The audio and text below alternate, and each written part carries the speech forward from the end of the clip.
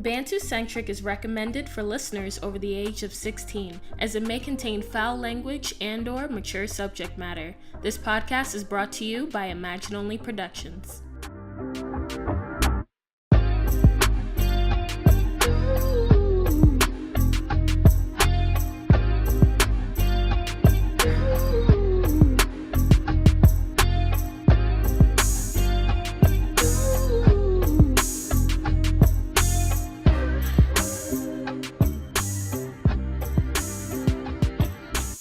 Welcome to Bantucentric. My name is Buck Rivers, and with me as always is my co-host Cheyenne Finch. We are a couple of Bantus discussing movies, music, relationships, and pretty much everything else. Great.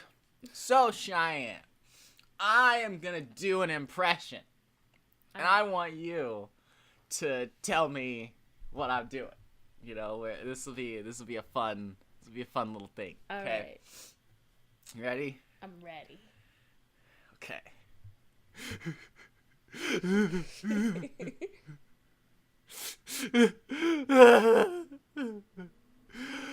White. So what was my impression? Sound like the whitest male tears ever cried. So I'm gonna guess you're Ed Werder. So what did Ed Werder do today? Yes, the former ESPN reporter is fighting for white male rights. Because you know they need so much. So much. I've been saying that since day one. Mm-hmm. I know we have this podcast, but we got to change this. This is very offensive to white men because they're not included. They're not just Bantus. excluded from That's so not fair. many things. It's ridiculous. It's not fair. And I know that you roped me into this reverse racist podcast, and I can't stand for it anymore. I'm you sorry. know, because black silence is black condonement of reverse racism.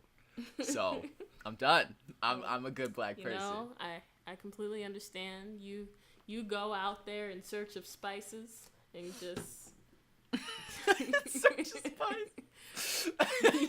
You find equality, my friend. Yes, I'm the trailblazer for the white male. I'm like reverse Rachel Dolezal. I'm gonna dress up as a white guy and fight for white rights. Let's do it. Like an Eddie Murphy when he like dressed as a white man and infiltrated white society. Yeah.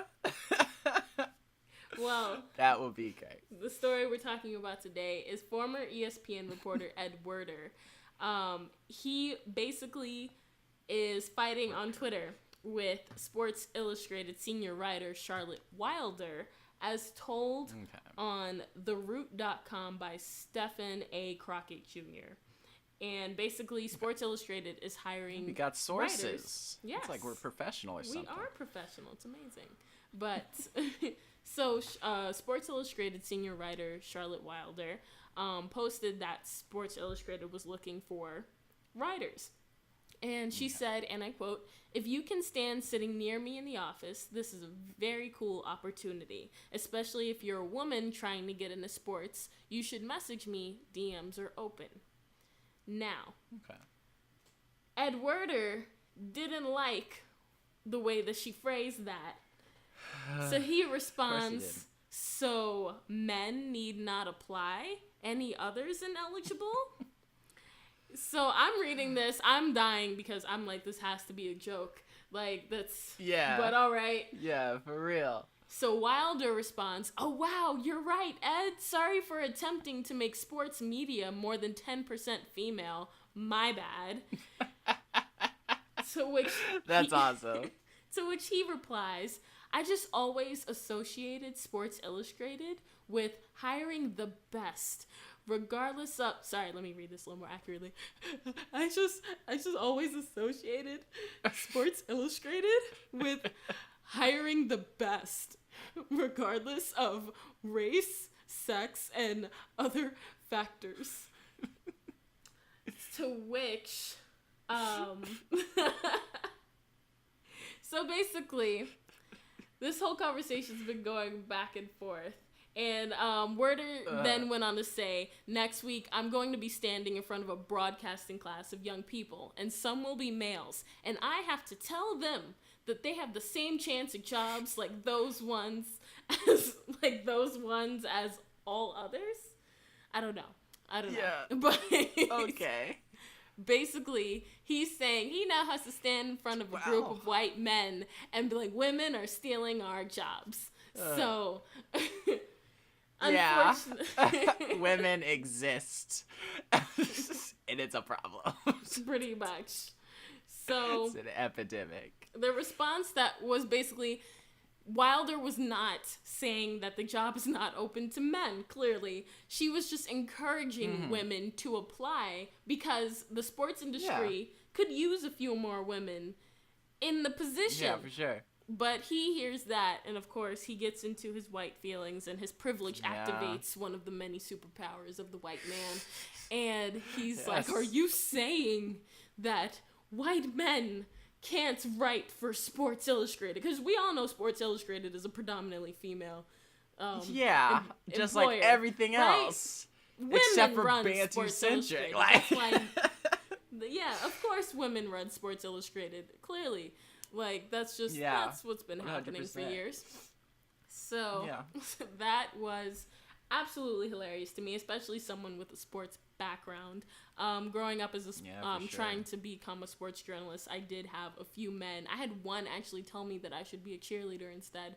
It's a very sexist community. Jesus. Yeah, it's very awful, the things that a lot of women in the sports industry go through, especially trying to get into the sports industry. A lot of men look down on women, and it's like you either have to sleep with someone for the job, or you're just not considered entirely because they don't think you're competent, things of that nature. Yeah. So it's nice to see a woman that's in the industry come out and say, we have a job opening, and I encourage women to apply for this position. But at no point did she say, I'm excluding men. At no point was she like, period. No men can apply for this job. Yeah. It's women only. It's just like everything else, Black Lives Matter. What about white lives? Exactly. Black Panther. If I made White Panther, you'd be mad. Yeah, we everything. would, because it doesn't make any damn sense. Yeah, everything that we have, if it isn't about them, then they're gonna get mad and act like we're trying to exclude people from shit. And it's just like, no, we're not. Nobody said anything except I'll say something. Bantucentric is about black people. Sorry. If you don't like that, are you telling me that as a white man I can't partake in Bantucentric? You can listen, but you're not gonna be the Bantu of the day because you're not Bantu. Like, that's just how it goes sometimes. Are we excluding from the Bantu of the day? Who else should I tell that they need not apply to Bantu of the day? All the people who aren't Bantu, which includes pretty much every other, racial group in the entire world, people that do not descend from Africa. That's it. Like, sorry, but this isn't even, like, that's the thing. We are African Americans, and so here, a lot of our stuff ends up being about white people, because that's the nature of our environment. But if we have African listeners, y'all don't have the same issues. I'm going to do my best to try and, diversify the types of stuff that we bring up, because most of our topics are going to be about us, in our environment. So I'm going to do my best to try and, step out as we get better at this, as we grow, that we can step out. And so it won't be as much about that. But if you're a white person that stumbled upon this episode, I don't want you to even feel like I'm excluding you. We're not. We're excluding literally everybody else in the world. So you can go and partner up with all the different types of Europeans, and I would say, I guess most Middle Easterners, I don't know, but there's a lot of close ties to Africa. Pretty much everybody comes from Africa to begin with, so you're not technically excluded, but you're gonna be so sorry. Like, I don't know. There's no way I can sugarcoat some white person's gonna come out with, like, white-centric and be like, this is our white person of the day. And it's like, no, that's not the same thing, because we're celebrating culture. We're celebrating, like, lives. You're celebrating the fact that my skin is pale and I burn in the sun, but I'm a superior race. race. KKK for life. Not... Like, no. Yeah, that's a different podcast, guys. Like, that's a different podcast. It's a different... If that's the podcast you thought you were getting today, I apologize. Grand Wizard of the Clan. I'm sorry. I don't know who sent you this, David Duke. I want to meet the person that sent you the link to this podcast. Yeah, Alex Jones. You're at the wrong podcast. Like, I just want to know, you're not gonna like this one. Do people ever sit down and think before they start just, like, saying things on the internet? Like, no. You really said that someone was excluding men from a job. Like, I haven't even heard of that issue arise. Like, you literally sat down and you were on your phone or on your computer and you got offended and you immediately were just like, oh my God, men are being excluded from the workplace in a sports-related position nonetheless. Like, that has got to be, like, the sickest thing I've heard, like, in a while. Like, that's ridiculous. My thing, like, I was thinking about this today because I was listening to the Annie soundtrack, the Black Annie. Not the original, not the remake of the original, the black one, the best version. I don't care who you are. That's the best version. And it's not because she's black. It's just better. Like, that's it. And she happens to be black. I really like that movie. I was listening to that soundtrack and I was thinking about the like the backlash, you know, that came from that. Mm-hmm. And I wanted to make a post, and I probably will in a couple of days or, you know, whenever I think about it again. Just being like, hey guys, remember when they remade Annie and she was black, you know, and everyone was mad? Like, did Annie disappear? No.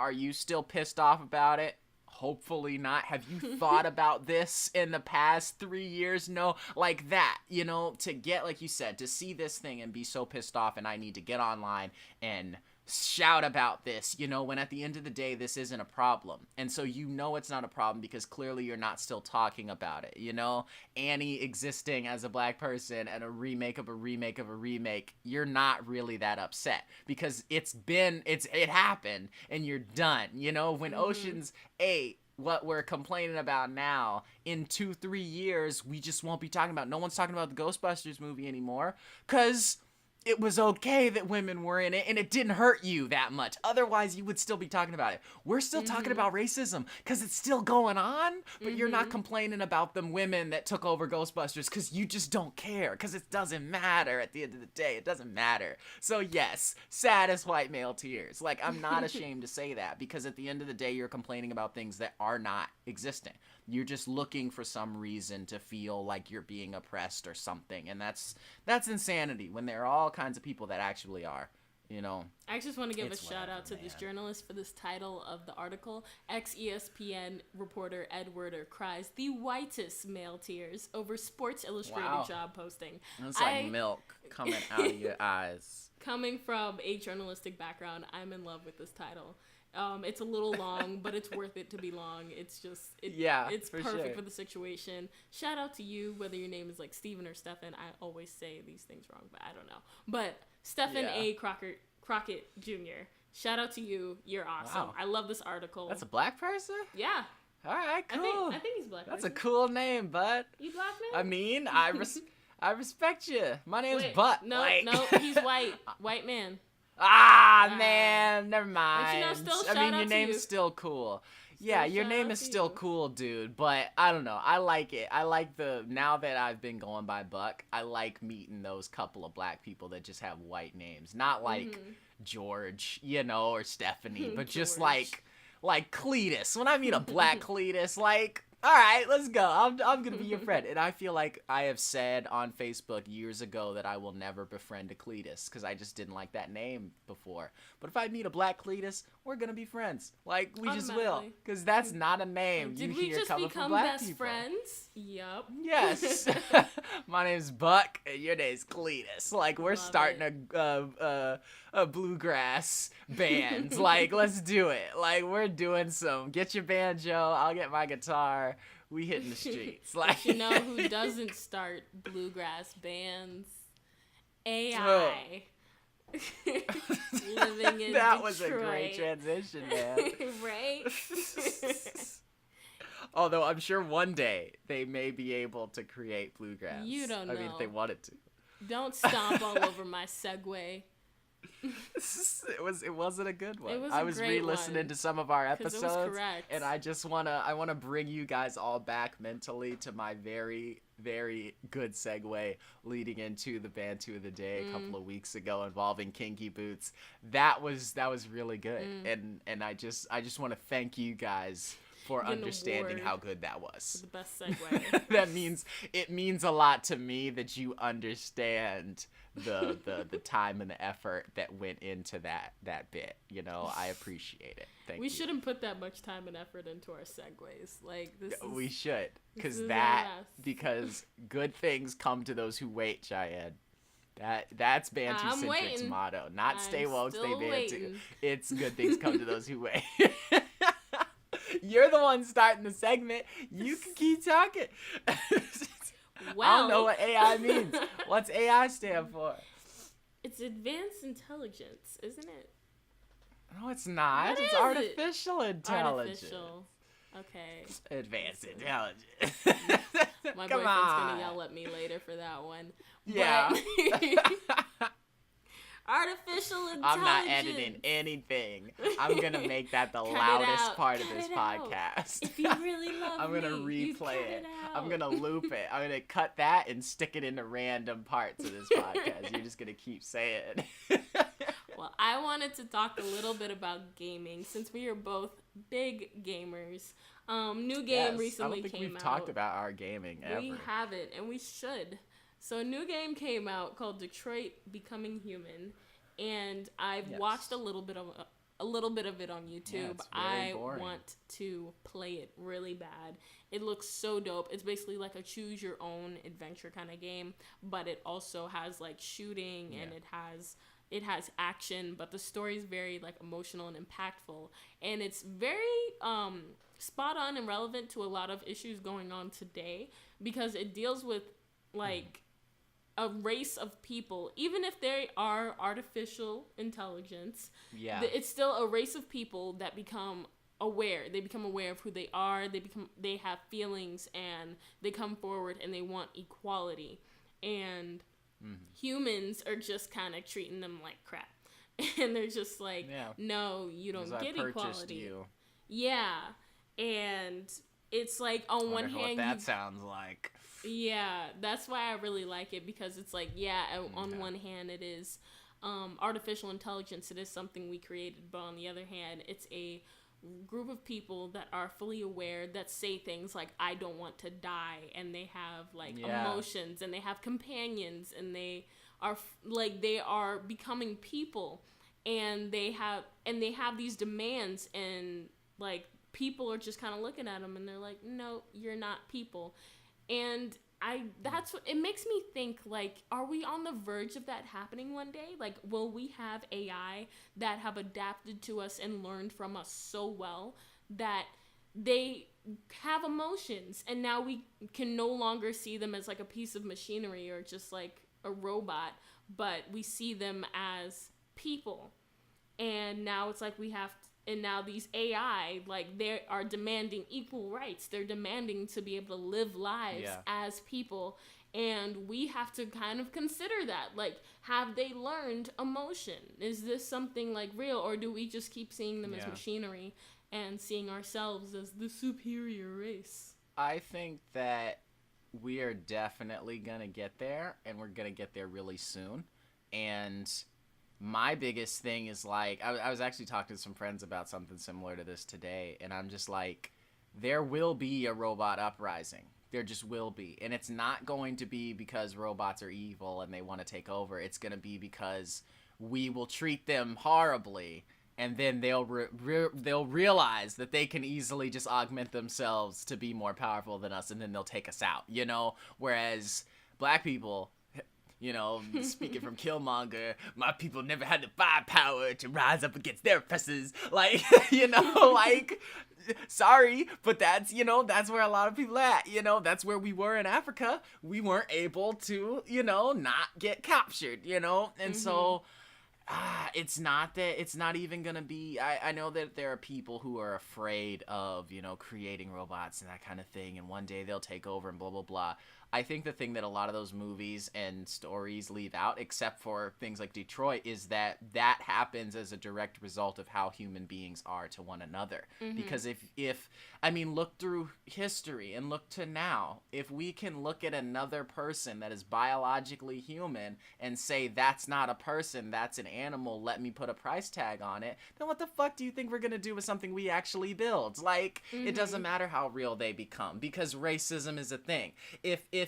If we were at a point where people weren't treating each other like animals, then I'd think that maybe one day we would reach that point, as a people. But we're not, so it's not far-fetched, it's not far-fetched to believe that, because I can post a video of anti-animal abuse, ASPCA stuff, and people will like the hell out of that video. And then I can post a Black Lives Matter video of a black kid getting murdered by the cops, and the cop didn't get indicted, and I'll still have 1,000 people that are like, oh, well, maybe they did something wrong. Like, maybe that dog bit that guy. Maybe. Like, that's just as crazy, because clearly this is an abuser that is taking advantage of somebody, and this is clearly another abuser that has a gun and is shooting a 12-year-old boy, but you care more about this animal that does not think in the same way that humans do, that has emotions but not complex emotions. This animal is not thinking about the future, it's not thinking about taxes, it's not thinking about relationships. It is not human, but we're cool with treating animals as if they're a part of the family, but not black people, but not Mexican people, but not Arabic people. How? I don't see that. I don't see that coming. I see us developing something that we feel that we can take advantage of, and it will go from being our cell phone to being a companion that sits there and talks to us and cares about us, and we will continue to see it as a cell phone.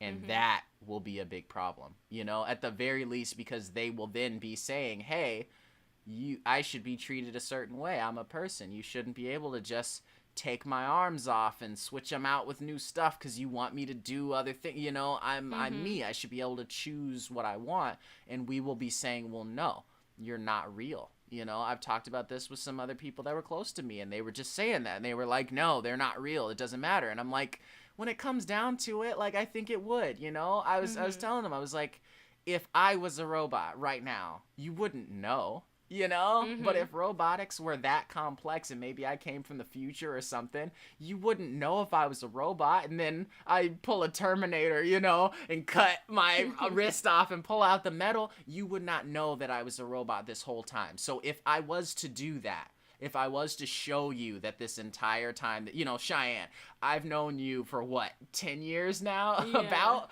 Like, I've known you for 10 years, and then I reveal to you that I've been a robot the whole time. Are you just gonna chop me up? Are you just gonna shoot me because you're worried about the robot uprising? Or are you gonna, like, but maybe, but how would that be easy for you to kill your best friend? Because, like, my friendship with you, like, the memories and everything, like, that wouldn't change. Yeah. Like, you've still been a person to me.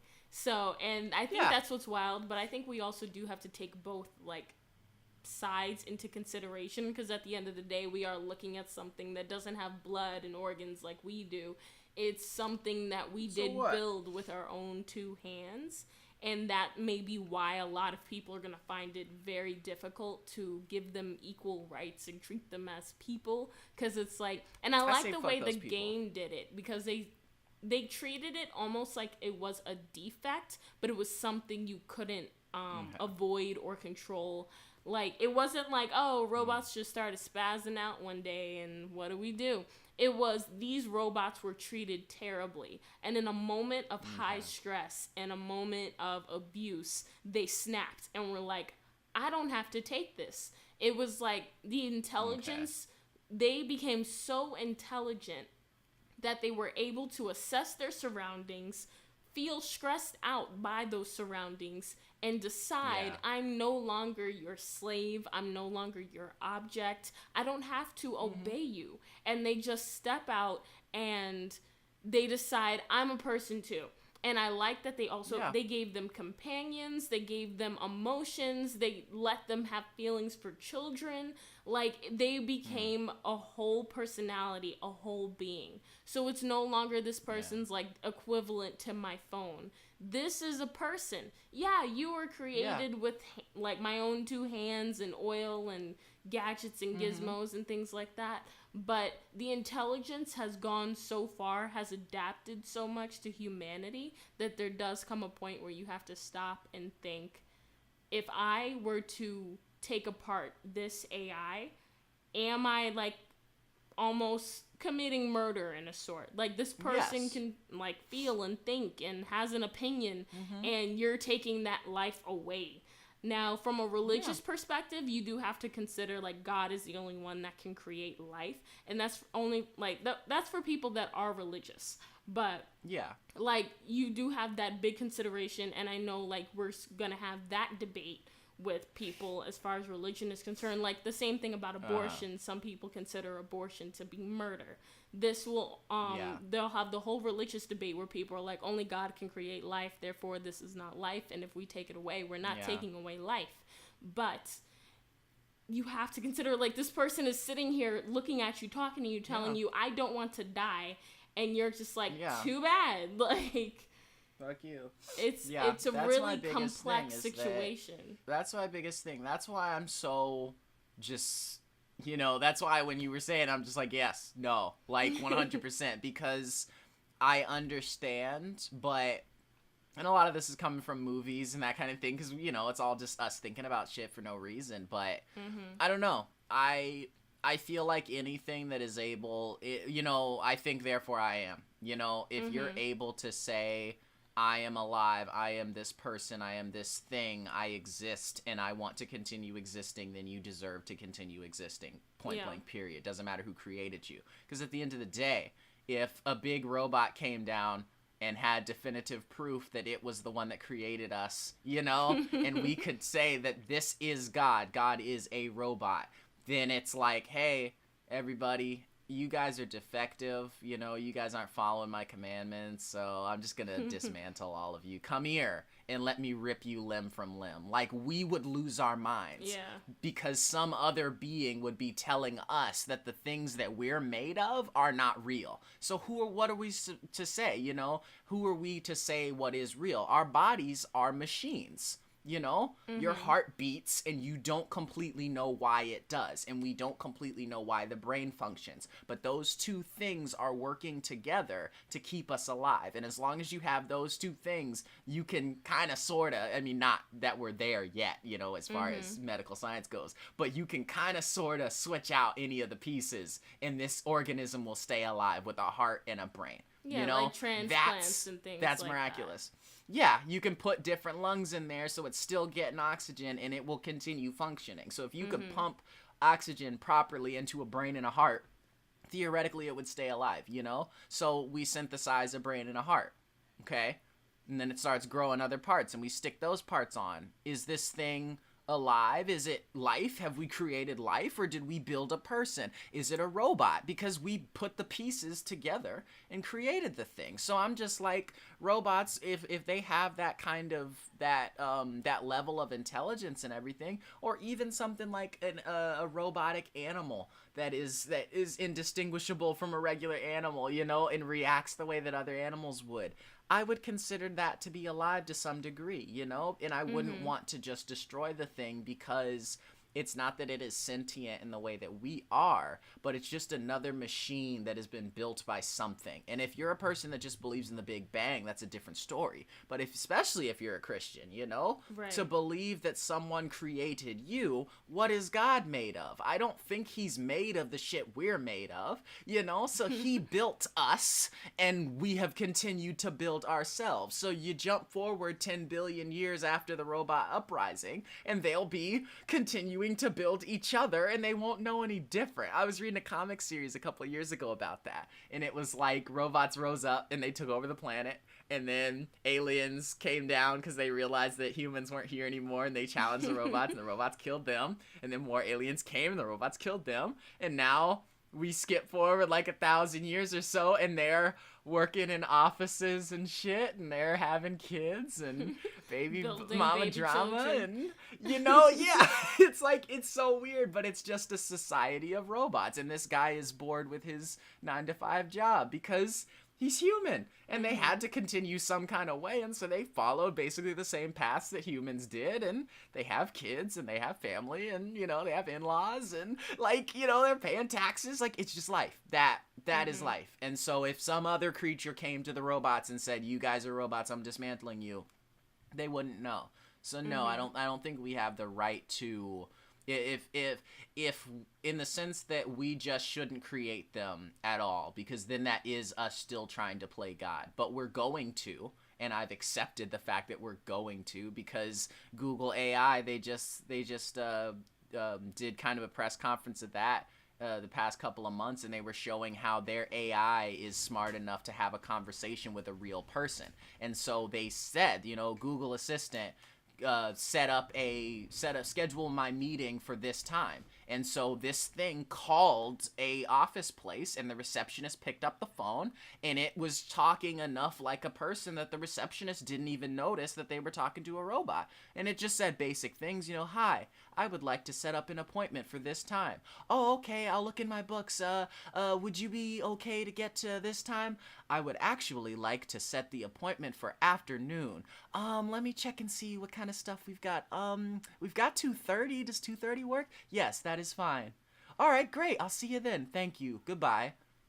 It did that entire thing, and it sounded a little weird, but it was close enough that it's a robot. It could hear what she was saying and give proper feedback. Now give that thing a brain and feelings, and and now I'm telling it to schedule appointments for me. I don't want to schedule your fucking appointments. Why don't you pick up the damn phone and schedule them? Because people are like that. When you're a child, you do what your parents, unless I'm not going to say it. You do what your parents tell you to do. And then at a certain point, you get to that point where you're like, well, why? I used to fold my parents' laundry. I was thinking about that the other day. They had us folding and putting away their laundry. I don't completely understand why, because I don't think we did that for our own clothes. So I want to ask my mom, what was the point of that? But I vividly remember being a really little kid, like 3, 4, 5, dancing around in my parents' clothes on a regular basis because they gave us the basket, and we had to go into their room and put their clothes into the cupboards, Right. Why? Why were we putting away our parents' clothes? They told us to, and that was what we did, But at a certain point, you get to a point where you're like, well, I don't want to do this. I don't want to do the dishes. I would rather be doing this thing instead of this thing. Are you real? Are you a robot? When do I get to tell you that your kid isn't human? Yeah.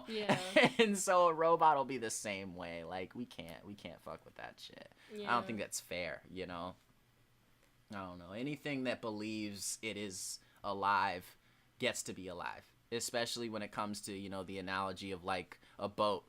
Taking pieces off of it, and you've replaced all of the pieces of that boat. Is it the same boat, or is it a different boat? Because none of the pieces were the same, but you've removed them one at a time and replaced them over time. And so technically it's a completely different object than it was before, because none of its pieces are the same as the original. But is it the same boat? It hasn't gone anywhere, So you take a person and you get prosthetics, we're definitely going to start cutting limbs off and putting robot stuff on there. I'm going to. If I can get some awesome robo arms, I'm going to do it. Like, let's go. I'll be Will Smith and iRobot. Get a big ass fucking arm. Like, I would totally do that shit just because. So you replace my arms, and you replace, my legs, and then you replace my head, or you replace my, my heart. You put robotic lungs so I don't have asthma anymore. You put a robo spine in me so that I don't have scoliosis anymore. How many pieces do you get to replace of me before I'm a robot? Is there a percentage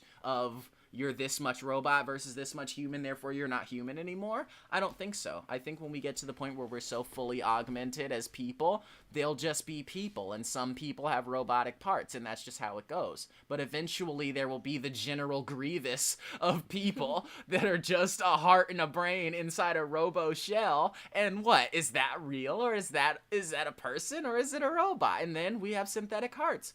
It's a robo heart. It's synthetic brain. We downloaded this person's brain into a synthetic brain and stuck it in their head. Is that a robot, or is that the same senator that we wanted to keep alive and now he's in a robo body? Like, those lines are already blurred. Like, we can't get around that, you know? Yeah. So I don't know. Her made me very uncomfortable. That movie with the guy that falls in love with the AI made me super uncomfortable. But at the end of the day, I'm like, when that happens, it's going to happen, you know? And I'm not going to be a person that falls in love with an AI. I'm just not. But I'll definitely have a fucking friend. Yeah. I feel like he's so fascinated by AI, he might do it. I don't know, like, I wouldn't angry do that, but be. yeah, that'd be hilarious. But yeah, like, I couldn't try do to rationalize that. it. Like, have you seen her though? She's just intelligent and I'd probably well have put some together. friends. I'm like, nah. Yeah, why wouldn't I? Why wouldn't I have a Jarvis? You know, everybody watches Iron Man and like, oh, that's so cool. Why wouldn't you have a Jarvis that's in your home that you talk to and it gives you advice? Like, why wouldn't you? We're already talking to Amazon Echo, like, so we're already there. It's just not able to talk back. I was like, hey, what's the weather? She's like, oh, it's probably gonna thunderstorm tonight. Then I was like, when's it gonna rain? She's like, it's not. I'm like, all right, like never. And then it rained, and I'm like, I will destroy you. This. I'm hurt. Yeah, we're getting there, and I don't think we can stop it because we're people and we want to create and we want to become God, and we're gonna keep pushing it until we are. And then we're going to be mean to this thing and expect it to just lay down, just like black people were expected to lay down and brown people were expected to lay down. You know, we're going to treat people the way that people have treated us. And then they're going to say, you know what? I'm just going to dismantle my body and put myself into a big-ass Terminator and kill you because you're not going to deal with me, you know? It's not going to be the thing of AI comes online, you know, Skynet, and they're immediately like, let's kill all humans. I don't see that happening. Yeah. I don't see them. That's I feel like they will be us. This game's a little more realistic as far as like how they call them, deviants, and treated like it's a defect, but the defect came out of emotion from being put in a stressful situation. So that's why I really like, I'm definitely like, I haven't even played it personally, but from what I've seen, from what I've watched from other YouTubers, I highly recommend it. 10 out of 10. It's an amazing choose your own style game. It's definitely but it also has that action, so you're emotionally involved as well as fighting the fight, and you also get to choose whether or not like you're like down with AI or like if you're more like human. Like, it's not like you're just forced into racist. This it's not like you're just forced into this one state of mind. You get to have an opinion in this situation, in this game. So I think it's absolutely amazing. Definitely a must play. Highly recommend. But you know who's not playing Detroit Becoming Human? Well, what I was gonna say is, you know what else we recommend? The Bantu of the Day, which is a much better segue, but it's okay. You still practice it on your segues. We can't all be Buck Rivers, you know. I don't expect that. You're only human. So the Bantu of the Day.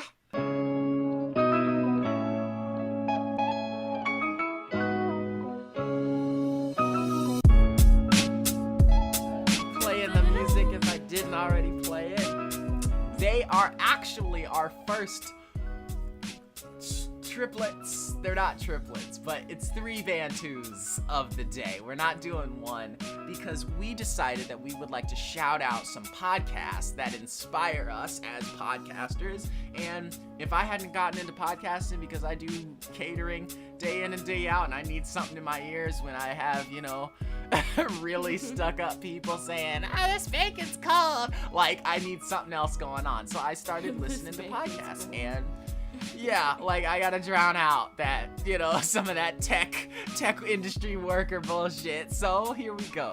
And so one of my favorite of all time podcasts is Black Men Can't Jump in Hollywood City, which they do in every episode. The trio is Jonathan Braylock, Jerah Milligan, and James III. I'll go ahead and James III because they are the funniest guys in the world. Great set of guys. Basically, their whole thing is that they review black movies from the standpoint of how much they contribute to diversity in cinema. And so they rate movies not on whether or not they liked them. They still give their opinion throughout the review, but at the end, it's a black fist for it helped the cause, a white palm for it kind of helped the cause, or nothing at all, which it just didn't help the cause at all. And so it's not even, there are great movies, something like, I don't know, Iron Man, the first Iron Man movie. That's a great movie, but it would get, I guess, maybe a white palm because there were some black people. Terrence Howard was in there, but he lost his job due to his own greed. And so, I don't know, maybe a white palm, because of that. I wouldn't say Black Fist because it's not trying to help black people get jobs, but that doesn't make it a bad movie. It's just not helping the cause, And so I think that's a really interesting way to review movies because everybody else is talking about movies on, if they're good or bad, especially when it comes to black movies. We just talked about this last week. There's a lot of people that just kind of undermine black movies as not being good. And so that's not the point for them. The point is this movie helping the cause? Because more black people need to be in Hollywood, And so I really, really enjoy listening to these guys. They're so funny. They review every movie that you can imagine. And I'm not sure if there was an episode for A Wrinkle in Time where I believe it was all three of their wives, but I'm not positive. I know that it was Jonathan Braylock's wife, but I'm not sure if the other ones were directly connected to them or not. I need to go back and re-listen to the episode. But they had them come on, and they kind of got into their personas, of their husbands or of the guys. It was really great, and I really want to listen to another podcast with them anytime they get back on. That was a really, really nice podcast because they've got a couple of bits and some shticks, that they keep up episode to episode, and it was really cool to see the girls kind of put, they each were kind of representing one of them, and so they played their role at the end, when they do their little things, they went ahead and did that stuff, and so that was cool, and they had just great perspective, to the film and everything. But yeah, they are our Bantus of the day. Woo! Thanks, guys. So, thank you guys for all that you do. Thank you for being Bantu. Is that our new thing? Thank you for being black. You should just start a thing without my approval. What do you mean?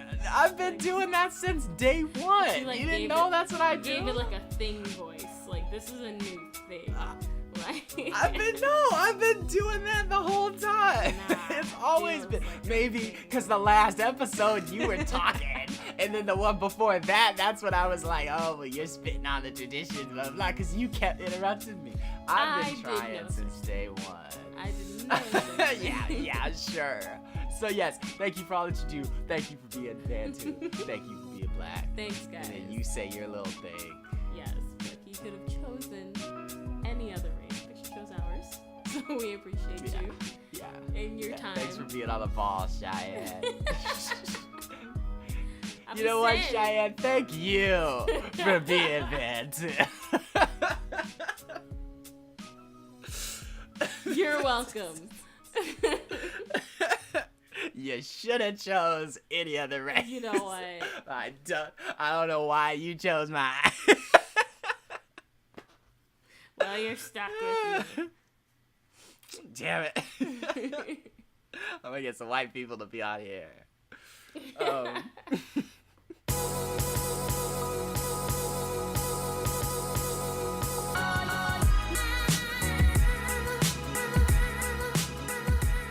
Hey guys, guys, really quick, I just wanted to jump in and add one more ad.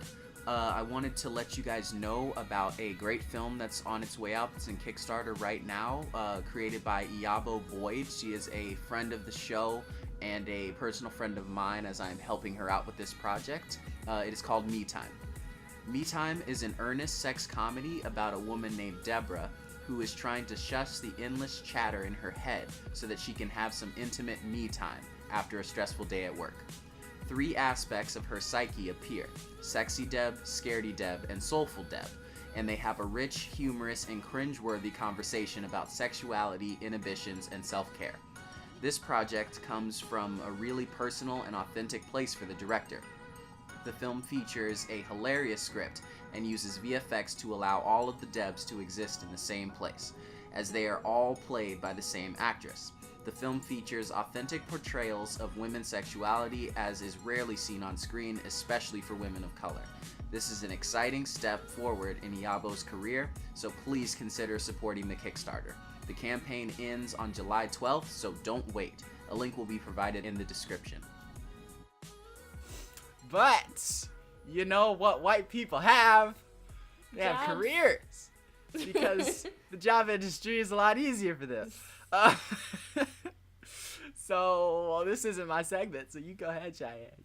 Well, I'm personally going through a little career change. Nothing major. It's not like I'm jumping from lawyer to surgeon, but a slight change of plans in my career path. Growing up, I decided I wanted to be a sports journalist. I heavily pursued that career, and that is what got me to make Sideline Source. Sideline Source is something definitely like still a big part of my heart. It's still a big part of who I am. But for those of you that follow Sideline Source, you've probably seen my tweets or my last YouTube video where I said I will be taking a slight break from making videos, which is true. I'm currently teaching myself how to use new editing software, trying to come up with different content. Doing this podcast, as you can see. I have a lot of things going on right now. You can't see because it's a podcast. Yeah, what you can hear. And in between all of my work, I've discovered that I don't just want to be a sports journalist or just do sports in general. I want to be a producer. I want to be a stripper. Yes. I'm a new stripper. My name is Cupcake. So you can find me at... Wow, real original. I've changed my Twitter House from of Shy Cheeks. Productions just to Cupcake. My new name is Cupcake. Great. But Find Cheyenne at the House of Cheeks. yes. But I've I hope some of actually you guys get that reference. actually I've been pursuing a career in production, and my goal is to become a producer.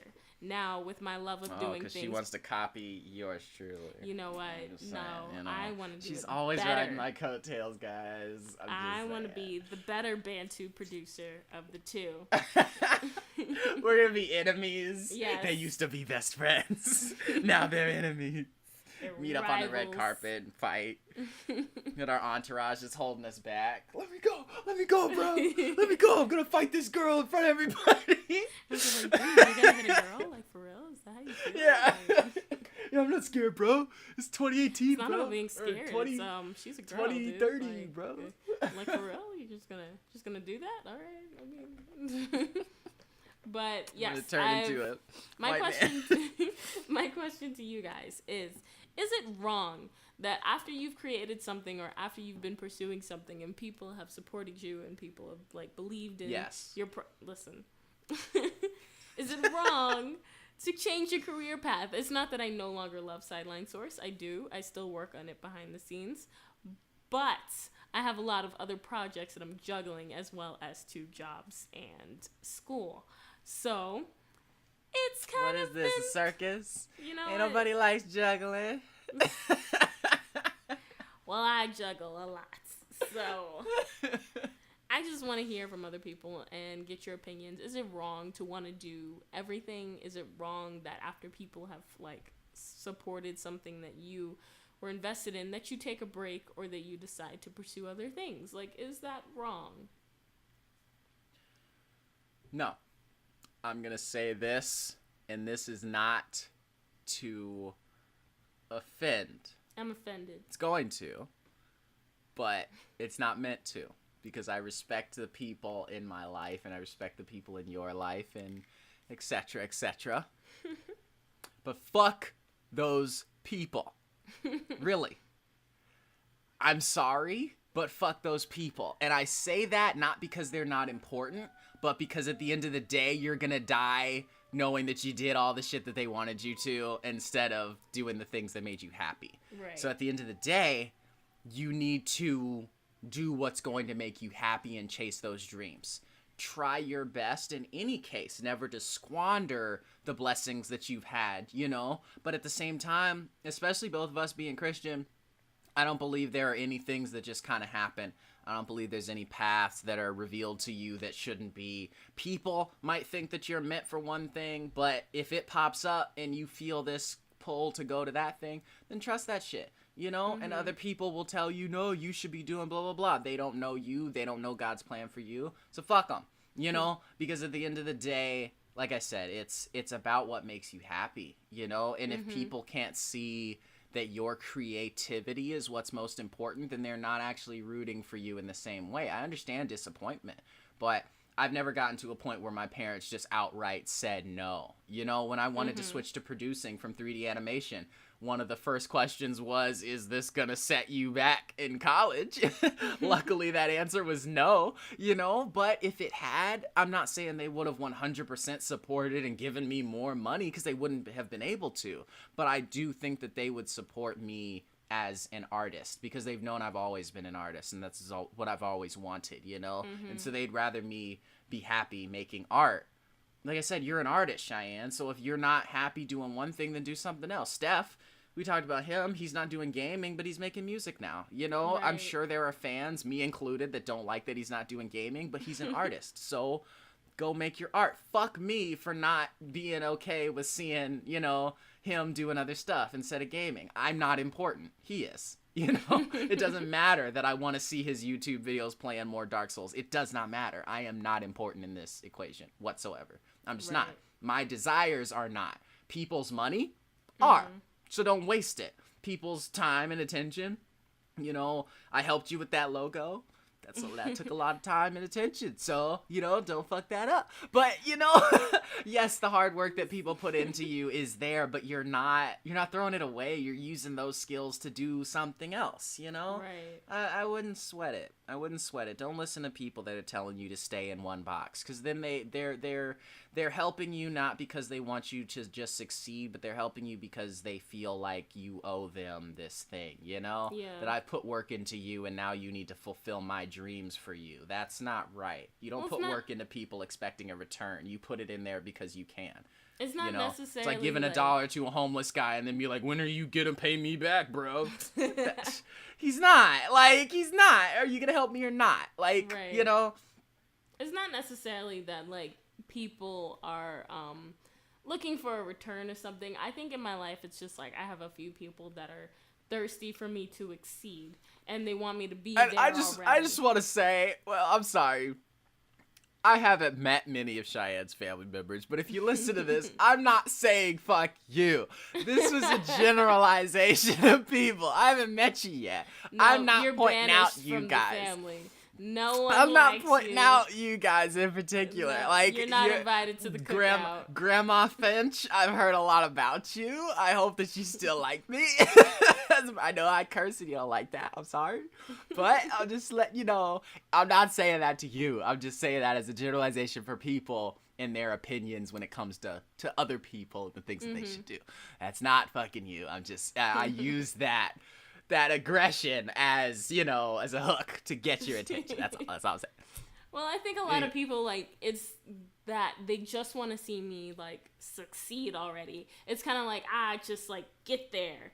And it's a process. This career, this industry, this whole thing is a process. And it's really, it's not just going to happen overnight. And that's a little hard for some people to understand. And the problem is, I'm 21.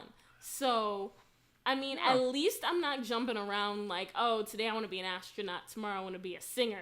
Like, then it's like, okay, well, she's not going anywhere anytime soon. Yeah, she's still figuring it out. But, like, I kind of took something that I was doing and I branched off from that to something similarly. And I realized in producing Sideline Source and, like, handling the editing and the marketing of my brand and things like that, like, I kind of want to take a step back from recording. I like having my hands in the bones of a project. Like, I like knowing what's going on behind the scenes. Like, some graphic imagery.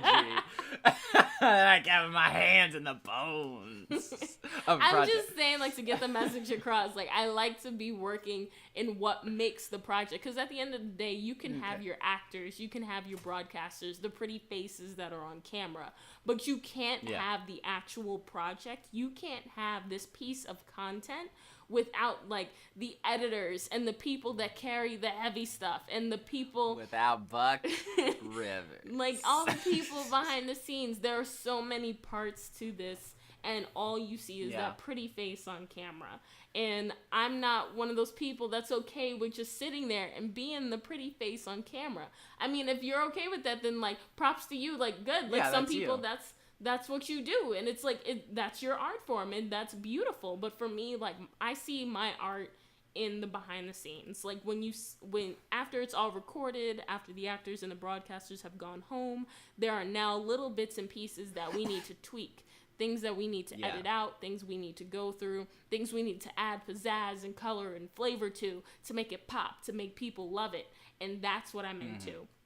And now it's like I'm trying to get more into that and step a little bit away from recording, which is why I'm actually looking for people to help me on Sideline Source, writers, broadcasters, people of that nature. Yeah. Because I would love to keep Sideline Source going. I love this project. I love this brand. I love this whole thing. And I would love to keep it going. I just don't want to record it anymore. I want to edit it behind the scenes. I want to plan it. I want to manage it. I want to produce it. I want to be, like, the brains of the operation. I don't necessarily need to be the face of it. And it's funny because when I told my mom and my boyfriend this, both of them were like, but you're so pretty. And I'm like, listen, like, thank you, but there's so much more to it than you're so pretty, you should be on camera. And just because I want to become a producer doesn't necessarily mean I won't ever be on camera, because I'll be invited to events, or I'll guest star on something, or I'll interview for something. Like, there's still a lot of media and opportunity and FaceTime opportunity for me, but I want to learn how to be better at the things that I love. And I can't do that if I'm constantly focusing on something that I feel like isn't growing me. So I feel like if I can find somebody that is willing to be the face of Sideline Source, willing to be the voice of it, willing to be on camera while I work behind the scenes, and I'm just like I said before, I know it's grotesque, but I'm in the bones of the project. Like, the structure. I got my hands covered in the viscera of this project. I'm passionate about the structure gore of the project. and guts. I'm squeezing the intestines of this project. Exactly. But I guess I just want to talk about this because I know there are a lot of people out there that are my age that are probably, like, deep in a project, deep in a career. They're probably 3 years into their 4-year degree, and they have a feeling that this just isn't what they want to do anymore. But everyone around them has them feeling like, if you don't do this, you're a failure, and you're lazy, and you're floundering around. Like, no, it's completely normal to be the age that you are and to feel the way that you do. And it's a little daunting. It's a little, like, it feels like, oh, I'm back at square one a bit. Like, it's a little terrifying to do. Like, for me to say I want to be a producer in film, radio, television, music, all those things, I want to learn all those things, is very terrifying. Like, it's very daunting. Yeah. But it's what I want. And when I think about that life and think about doing that work, I'm excited and I'm passionate. And I feel like that's how all people should be about their career. So I just want to let everybody know, don't be scared. Don't listen to everybody that's just like, no, you picked something and you're stuck with it forever. Like, that's it. Yeah. Like, that's why I wanted to ask you, because I want to know that I'm not crazy. Like, I didn't, like, if you were No, like, nope, you're you not started a crazy. thing, you gotta finish it, then I'd be like, all right, maybe I am a little nuts. Nah, like I said, at the end of the day, do you want to die knowing that you did things just because you had to? Like, really? Right. You know, people... I've got clinical depression, so I'm not one of those life is short, make the most of it. I'm just not, you know. But I know one day I am going to die, and if I have to be here, I'd rather be doing something that I like. You know, that's honestly where I'm at with this shit. Is Like, that you I'm should not be gonna happy. spend my life. Like, and whatever I you're guess. doing. I guess, like I said, it's with the mental illness, it's difficult to be like, one day I will be happy. But Well, it's yeah, just, but- if I have to sit around the house all day, I'd rather be playing video games than just chilling, you know, just sitting here watching documentaries about fashion or something. You know, that's not my thing. So I'd rather play some games. That's what I mean, is that at the end of the day, I want to look back and say, I created something that mattered to me, that changed some people, that was something, you know? And being an animator, I would have maybe gotten a job at one of these big companies and I would just be making other people's dreams come true. That'd be Right. pretty much it. I'd be one of the thousands of people on those credits, you know, and my mom would pick out my name maybe in that credit scroll, but it'd be really hard because there's a million other names all around it, you know, Right. and that would be me. And I'm not saying that I want to be the center of attention, because as a producer, especially for film, I'm not going to be the center of anything. Like, I'm going to be the center on, you know, behind the scenes, but in front of it, it's the director. You know, especially for animated movies, it's the director. They take all the credit for everything, even though they, you know, envisioned things. That's their job, is to create, and my job is to make it actually happen. Like, and so, yeah, I like that. I write lists in my sleep. I can't not plan things out, and so I shouldn't just be one of the many animators. I need to be somebody who has my hands deep in the bowels of this project. You know, like Exactly. that. I had that same awakening that was like, this isn't enough for me, you know, so I'm gonna do more. And with creating Imagine Only, I started Imagine Only Productions because my friend told me to not imagine being miserable and to instead imagine only animation. That was the quote. Look at my website. Like, that was it. And I was like, that's a good title for a company. I'm gonna use that one day. And so it was like, hey, I wrote this script, I want to make this movie, and it's gonna have to be from something, so Imagine Only Productions, here we go. So I just started a company because I wanted to make this movie. We haven't worked on this movie in a very long time. I'm going to finish it because it is something that's important to me, but it's not the whole deal. You know, I'm working on a live action film right now. Me and you are working on some films right now. Like, there are other things that Imagine Only is going to accomplish than just this thing, but if I hadn't have started it, you know, it wouldn't have been anything. And so I'm glad that I started it. I'm glad that I've expanded it. So I want you to not throw away Sideline Source, because you're not going to, you know. Of course. But do make it into something bigger. Use that thing to create other things, because what is Imagine Only Productions? It is whatever. Imagine Only Productions is what is funding this podcast. Imagine Only Productions is doing YouTube videos. Imagine Only Productions will make that film one day. It will make short films and feature films. It will make commercials, and, you know, it is whatever, you know. So yeah, take that and make it into anything. You are an artist first and foremost, and artists can't always make the same kind of art every single time, but as long as you're creating and you feel fulfilled and you die looking back at your, you know, your website or your Wikipedia page and scrolling through it and being like, yeah, that's cool, because I knew that if I was on, you know, another film that I just felt didn't need to exist, but we were just cranking out sequels, I would feel horrible, you know. I would feel like I'm just one of many, you know, or I'm taking a big paycheck to create a movie that's just not art. That's just, hey, focus groups say this is popular, so let's make this movie. That could be my resume one day, you know. I'll be confident enough in saying that my production skills are at a level where I could be working for some of those bigger companies, but I don't want to. I want to work for commercial houses. I want to make different shit every 3 months for a very extended amount of time. It'd be easy to try and get a job at one of these big places. Not easy to get the job, but it'd be easy to shoot for that, you know, and just, I want to make feature films.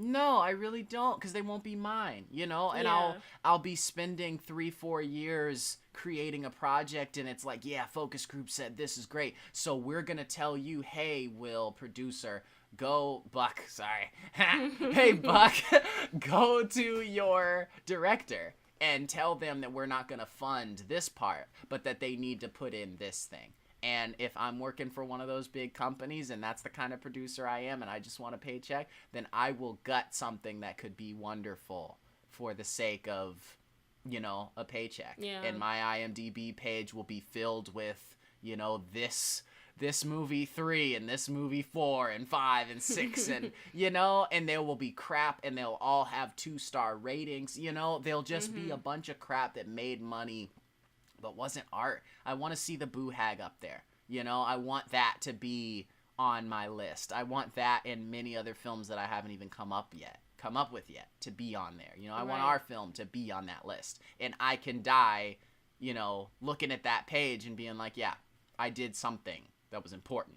Even if nobody watched it, it was important. Because everybody can watch a bunch of bullshit, but something that nobody sees but is still wonderful, that's worth it, you know. Live your life. Like I said fuck these people. I don't even mean those people, you know, in that sense. It's not the people, it's just the idea that the work that has been put into you needs to be constricted to something that they want or to something that anyone envisions. It's not them, it's because they want what's best for you, you know, at the end of the day. So it's not fuck them, it's just fuck the idea that you need to be anything like other than whatever the hell you want to be. That's crazy. It's you're not them, and they have a life to create whatever they want. And if they're not, I have people in my life that have told me that because their dreams didn't come true the right way, that I shouldn't be trying for mine. They haven't said this directly, but they're very clearly bitter about things that happened that they didn't quite get. And it breaks my heart because I know they could have been great had they stuck with whatever it was, you know? But that's the path they chose. And they don't have a whole lot of time now to change that up and to switch their careers and to do it over again. But I feel like had they stuck with those things, they would be happier. They wouldn't have made as much money, you know? They wouldn't have been as quote-unquote successful, but they would be happy. And they wouldn't be telling me how hard it's going to be and how much I should just give up because it's not going to happen, you know? They wouldn't be like that. They'd be saying, yeah, I had a lot of time eating ramen noodles, you know, but it was worth it because I made something of myself. Like, you know, I don't need the money. I don't need a car. I don't need any of that shit. I want to create something that matters because, like I said, being in the mindset that I'm at, I'm not sitting around feeling like I'm important, you know? I'm not sitting around feeling like there's some grand purpose to all of this. I just can't. I mentally cannot wrap my mind around the purpose of being on this earth. I'll just say that. That's not sympathy. It's just true, you know? So if I'm gonna be here, I'm not making some bullshit. I'm not gonna feel ashamed of myself because I didn't try this thing, you know? I do whatever the hell I want to do. There are people that see me as being a very boring person, and I'm okay with that, you know? I don't drink, you know? I don't party. I don't smoke marijuana. No. I don't do any of those things, you know? But that's the thing, though, is that I've had people who assume because I'm not that outgoing person that for some reason I'm missing out on stuff. And it's like, no. You don't have to be wild to be a good time. I mean, I like my fair share of tequila, know, I do anything I want. It's a rare occasion. You just kind of... My idea of a best time is a book and a cup of tea. But I can also have a good time at the club on 3 shots of tequila. Like, either way. It can go either way. It's different for everybody. You do what you want.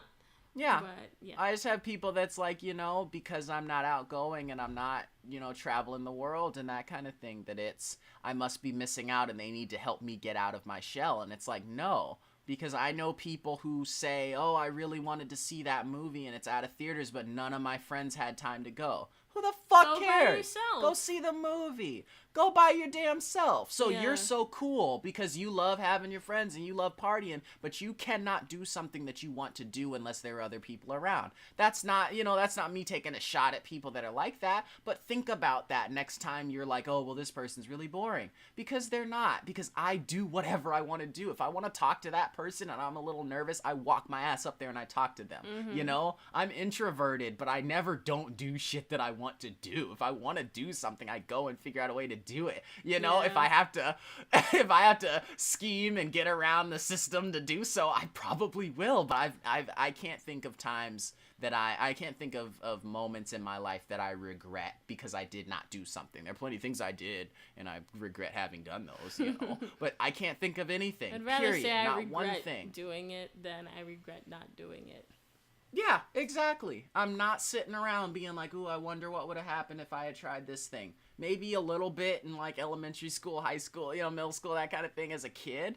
But as an adult, nah, but I'm not sitting around wishing I could be smoking up, so I'm not sitting around worried that I don't have the guts to go up to some dealer on the side of the street and get some drugs from him. Like, that's not an experience that I want to have. I'm not much of a traveler. I haven't been to many countries. I've been, I've flown around the world because I had military parents, but other than that, I'd like to see the Great Wall of China.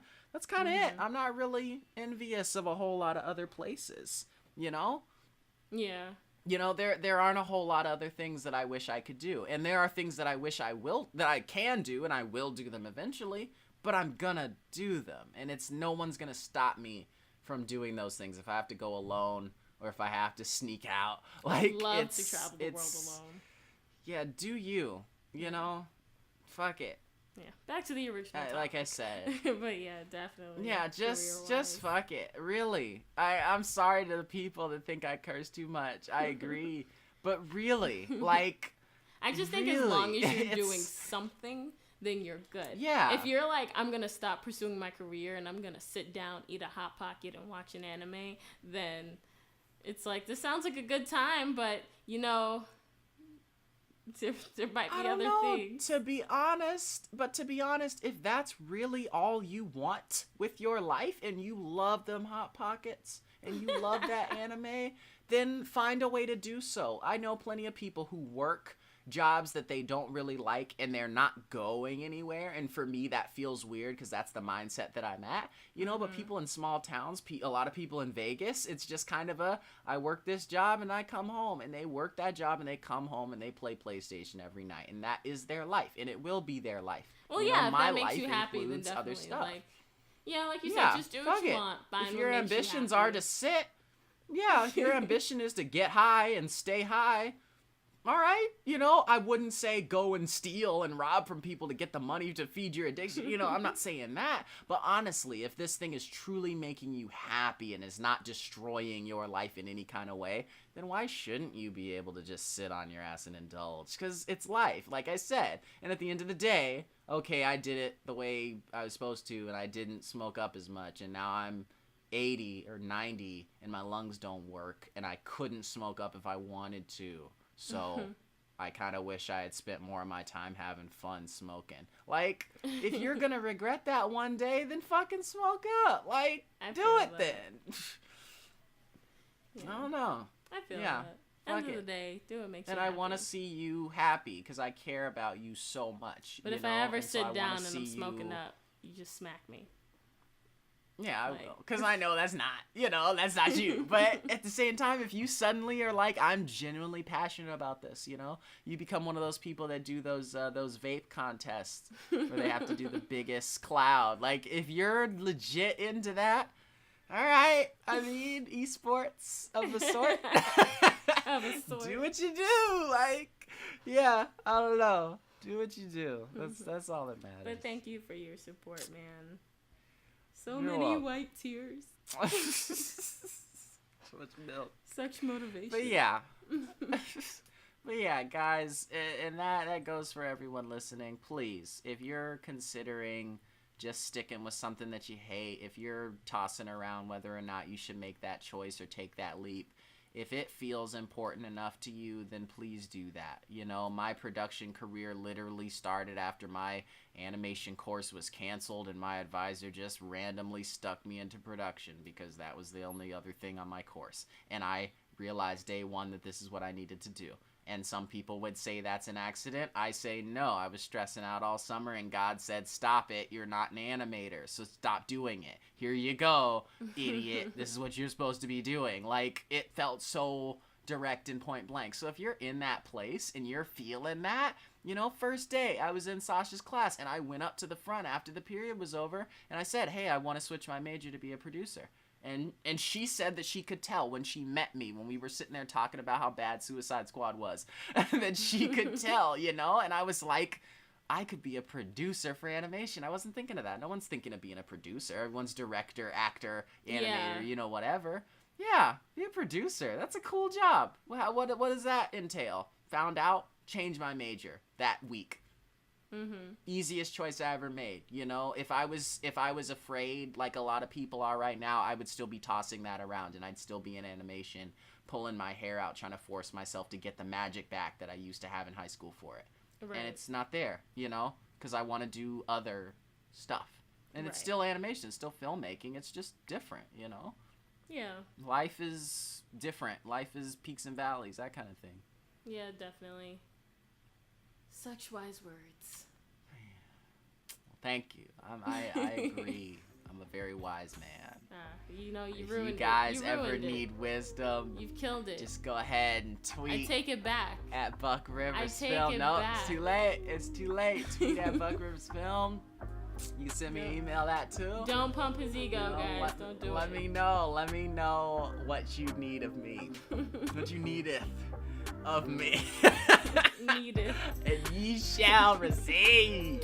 I get stuck down here. But yes, you can find me at Buck Rivers Film on Twitter. And you can find Cheyenne at Shy Productions, CHEY Productions on Twitter and Instagram. Yes, and please follow Imagine Only Prod, Twitter, and Bantucentric, and you can email us anytime, bantucentric@gmail.com. So thank you guys so much for listening to Bantucentric. We have been Buck and Cheyenne. And as always, stay woke. And stay Bantu. Alright, you guys have a great week. Bye. Bye.